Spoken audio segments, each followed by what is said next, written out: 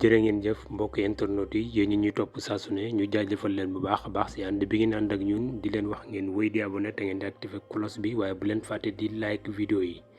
daal leen ak jàmm ñoo fas yéene leen liiral communiqué bi nga xamante ni moo jógee si ministre de la justice jaaree si ñi nga xamante ni ñooy administration pénitentiaire ñi nga xamante ni ñooy garde kaso yi. bataaxal bii nag ñu ngi ko jëlee ci page Facebook bu ministre de la justice ñoom ñoo ne nag génne ab communiqué ne dégg nañu nag kenn ku ne dina def li nga xamante ni moo di ab déclaration tey jii ginnaaw bi nga xamante ni di 16h jot na ci dimanche ji ñoom ñooñu nag di fàttali ne daal amul kenn koo xamante ni tëj nañ la ci kaso nga am droit def ab communiqué directement wala nga def communiqué sax indirectement. maanaam communiqué boo xamante ni yaa ko wax ñëpp di ko gis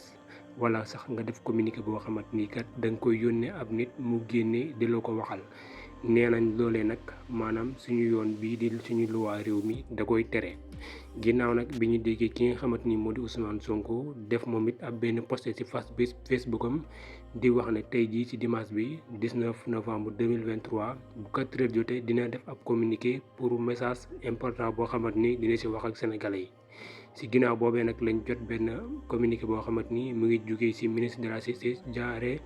ci administration pénitentiaire ñoom nag ñuy araftu ñi nga xamante ni ñooy détenu yi ñu ci mel ni ku ci mel ni Ousmane Sonko mi nar a def déclaration tey jii wala sax keneen koo xamante ni nar na ko jàpp bataaxal moom moomee mu nar koo jàlle. am na droit daal ku ko bëgg visiter jaar ci yoon ñu may la kayit goo xamante ni da nga fay def pour visiter ko wala sax ñi nga xamante ni ñoo di ay avocat waaye nag yoon maywul kenn koo xamante ni kat